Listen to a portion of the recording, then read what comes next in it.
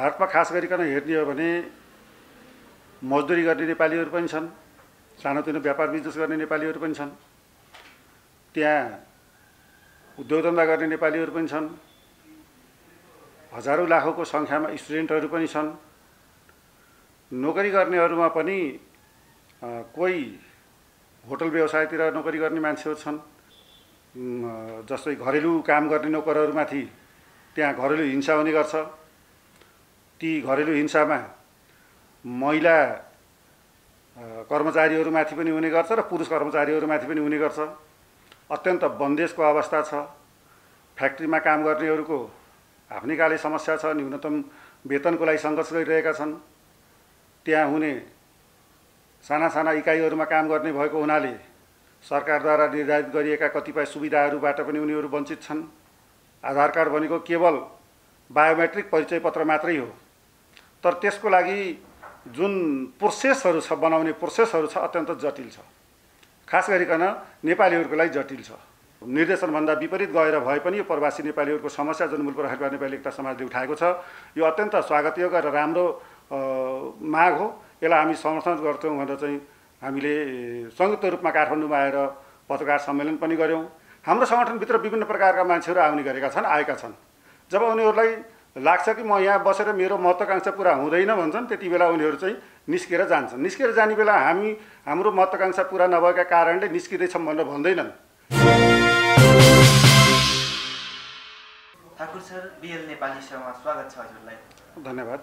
यति बेला भारतमा हजारौं लाखौं चाहिँ नेपालीहरूको बसोबास रहेको देखिन्छ, के छ उहाँहरूको अवस्था? भारतमा लाखौं नेपालीहरू छन्। तिनीहरूका बेग्ला बेग्लै समस्याहरू छन् र बेग्ला बेग्लै स्टेटमा बेग्ला बेग्लै प्रकारका नियमहरू भएको हुनाले पनि समस्याहरू झन् जटिल बन्दै गइरहेका छन्। भारतमा खास गरिकन हेर्ने हो भने मजदुरी गर्ने नेपालीहरू पनि छन्, सानोतिनो व्यापार बिजनेस गर्ने नेपालीहरू पनि छन्, त्यहाँ उद्योग धन्दा गर्ने नेपालीहरू पनि छन्, हजारौं लाखौंको संख्यामा स्टुडेन्टहरू पनि छन्। नोकरी गर्नेहरूमा पनि कोही होटल व्यवसायतिर नोकरी गर्ने मान्छेहरू छन्, फ्याक्ट्रीमा काम गर्ने मान्छेहरू छन्, घरेलु नोकरको रूपमा काम गर्ने नेपालीहरू पनि छन्। सबैका आफ्नै प्रकारका समस्याहरू छन्। जस्तै त्यहाँका व्यापारीहरूले त्यहाँको व्यापारसँग कम्पिटिसन गर्न अप्ठ्यारो परिरहेको छ। नेपालीहरू भएकै कारणले कतिपय ठाउँमा उनीहरूलाई असुविधाहरू भएको छ। कयौं ठाउँमा जस्तै घरेलु काम गर्ने नोकरहरूमाथि त्यहाँ घरेलु हिंसा हुने गर्छ। ती घरेलु हिंसामा महिला कर्मचारीहरूमाथि पनि हुने गर्छ र पुरुष कर्मचारीहरूमाथि पनि हुने गर्छ। अत्यन्त बन्देजको अवस्था छ। फ्याक्ट्रीमा काम गर्नेहरूको आफ्नै काले समस्या छ, न्यूनतम वेतनको लागि सङ्घर्ष गरिरहेका छन्। त्यहाँ हुने साना साना इकाइहरूमा काम गर्ने भएको हुनाले सरकारद्वारा निर्धारित गरिएका कतिपय सुविधाहरूबाट पनि उनीहरू वञ्चित छन्। विद्यार्थीहरू पनि त्यहाँ दोहोरो चपेटामा परेका छन्। विद्यार्थीहरूलाई नेपाली भएकै कारणले त्यहाँ चाहिँ अपमानित हुनुपर्ने, उपेक्षित हुनुपर्ने, त्यसको साथसाथै फिस स्लेबमा पनि विदेशबाट गएका नेपालीहरूको सरह उनलाई चाहिँ ट्रिट गरिन्छ, तर सम्मान गर्ने सवालमा फेरि उनीहरूलाई चाहिँ अत्यन्त तुच्छ प्रकारको गर्ने गरिएको छ। अझ खास गरिकन देखा परेको समस्या के हो त भन्दाखेरि अहिले जस्तै त्यहाँ रहेका नेपालीहरूमा पहिचानको समस्या सबभन्दा मुख्य समस्या बनिरहेको छ। सबै क्षेत्रमा आधार कार्डलाई अनिवार्य बनाइएको छ। आधार कार्ड आफैमा नागरिकता होइन। आधार कार्ड भनेको केवल बायोमेट्रिक परिचय पत्र मात्रै हो, तर त्यसको लागि जुन प्रोसेसहरू छ, बनाउने प्रोसेसहरू छ, अत्यन्त जटिल छ। खास गरिकन नेपालीहरूको लागि जटिल छ। किन नेपालीहरूको लागि जटिल छ भने 182 दिन काटेको प्रमाणित गर्नुपर्छ र थाई निवास प्रमाणपत्र अथवा त्यहाँको चाहिँ थाई बसोबास गरेको प्रमाणपत्र दिनुपर्ने हुन्छ। नेपालीहरूसँग ती दुईटै चिजहरू प्रमाण पेश गर्न सक्ने सम्भावनाहरू छैन। हामी लामो समयदेखि नेपाली पहिचान पत्रको आधारमा, चाहे त्यो नेपाल सरकारद्वारा जारी अन्य कुनै सरकारी दस्तावेज होस् या नागरिकता होस्, त्यसको आधारमा नै त्यहाँ बैंक खाता खोल्ने सुविधा पाउनुपर्छ। ड्राइभिङ लाइसेन्स, त्यसपछि गएर चाहिँ अन्य स्कुलका भर्नाहरू लगायत विभिन्न प्रकारका जुन सुविधाहरू छन्, मेडिकल सेवा आदि इत्यादिको लागि पनि अहिले चाहिँ आधार कार्डलाई अनिवार्य बनाइरहेको अवस्था छ।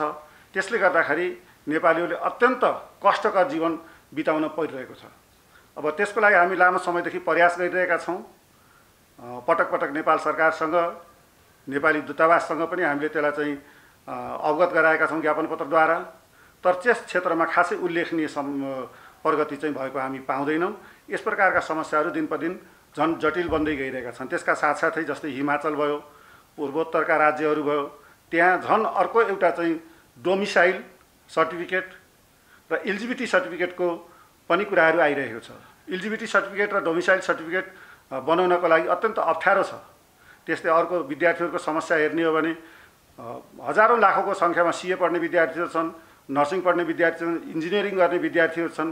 ती विद्यार्थीहरूले त्यहाँ लाखौँ रुपियाँ खर्च गरेर उनीहरूले चाहिँ शिक्षा आर्जन गरेका छन्। तर त्यसलाई चाहिँ त्यो आफूले सिकेको शिक्षा ज्ञानलाई चाहिँ सर्टिफिकेटको आधारमा जब चाहिँ परिणित भइसकेपछि त्यो सर्टिफिकेटको आधारमा उनीहरूले नोकरी पाउनु पर्नेमा त्यहाँ चाहिँ पात्रता एलिजिबिलिटीको कुराहरू उठाएर तिनीहरूलाई चाहिँ वञ्चित गर्ने गरिएको छ। यस प्रकारका समस्याहरू प्रशस्त मात्रामा छन् र हामी त्यसको विरुद्ध सङ्घर्ष गरिरहेका छौँ। तर यसको समाधान भनेको उच्च स्तर राजनीतिक नियोगबाट नै अथवा चाहिँ कुटनीतिक नियोगबाट नै यसलाई चाहिँ समाधान गरिनुपर्ने हो।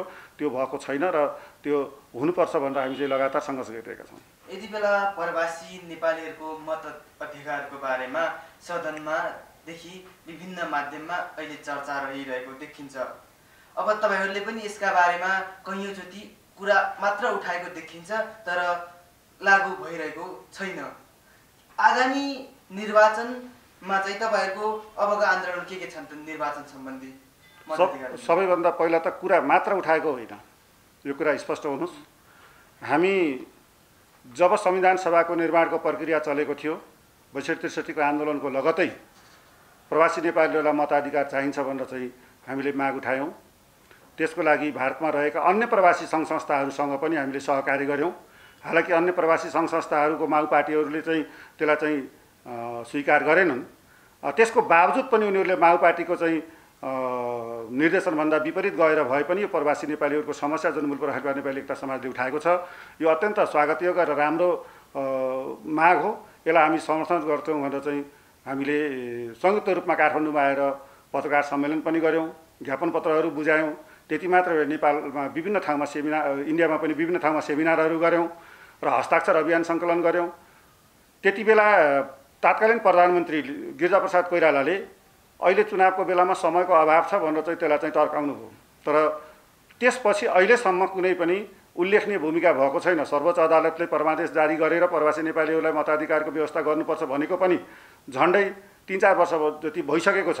तर अहिलेसम्म त्यस विषयमा कुनै प्रगति भएको छैन र यसले के देखाएको छ भने जुन पैसा चल्ने तर त्यसको चाहिँ मत नचल्ने त्यो स्थिति देखिरहेको छ। यो समस्या केवल भारतको मात्रै होइन, नेपालको जनसङ्ख्याको 1/3 जुन जनसङ्ख्या हो त्यो विदेशमा छ। भारत लगायत विश्वका कैयौँ मुलुकहरूमा 1/3 जनसङ्ख्या छ। नेपालको रेमिटेन्समा ती 1/3 जनसङ्ख्याले ठुलो एउटा चाहिँ सहयोग दिने गरेका छन्।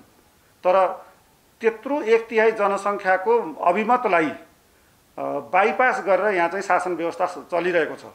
यो अवस्थामा हामी भारत स्थित प्रवासी नेपालीहरू लगायत विश्वभरि छरिएर रहेका प्रवासी नेपालीहरूले मताधिकार पाउनुपर्छ, साथै प्रतिनिधित्वको पनि व्यवस्था हुनुपर्छ भन्ने मागलाई जोरदार रूपमा उठाएका छौँ। पछिल्लो पटक हामी यहाँ काठमाडौँ आएको बेलामा प्रधानमन्त्रीसँग भेट गरेर हामीले चाहिँ ज्ञापन पत्र पनि बुझाएका थियौँ। कतिपय विषयमा आश्वासन मिलेको थियो, तर त्यो आशेराणीका उत्ताना जरा जस्तो भइरहेको छ। अहिले पनि स्थानीय निकायको निर्वाचन भयो। स्थानीय निकायको निर्वाचनमा त सम्भव नहोला, तर जो राष्ट्रिय लेभलका चुनावहरू हुन् त्यसमा प्रवासी नेपालीहरूलाई मताधिकारको व्यवस्था र प्रतिनिधित्वको व्यवस्था सुनिश्चित गर्नुपर्ने आवश्यकता छ। जबसम्म 1/3 जनसङ्ख्याको अभिमतलाई चाहिँ यहाँको सरकारले कदर गर्दैन, त्यसको चाहिँ सम्मान गर्दैन, तबसम्म सही प्रकारले एउटा चाहिँ राष्ट्रको विकासमा पनि ती प्रवासी नेपालीहरूले जुन योगदान पुर्याउनु पर्ने हो त्यो अवसरबाट उनीहरू वञ्चित छन्, त्यसलाई चाहिँ समावेश गरियोस् भन्ने हाम्रो माग हो।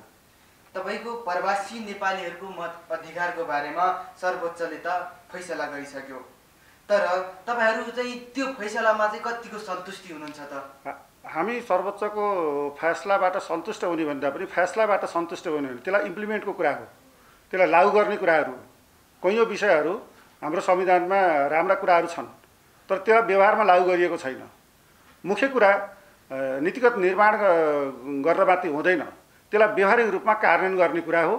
र हामी मूलप्रवासी नेपाली एकता समाजको तर्फबाट यो जोरदार रूपबाट माग गर्दछौँ कि जो प्रवासी नेपालीहरूको बारेमा जुन निर्णय भएको छ, सर्वोच्चद्वारा परमादेश जारी भएको छ, त्यो स्वागतयोग्य छ र त्यसलाई चाहिँ व्यवहारिक रूपमा चाहिँ इम्प्लिमेन्ट गरेर यानि कि लागू गरेर जानुपर्छ भन्ने हाम्रो चाहिँ माग हो।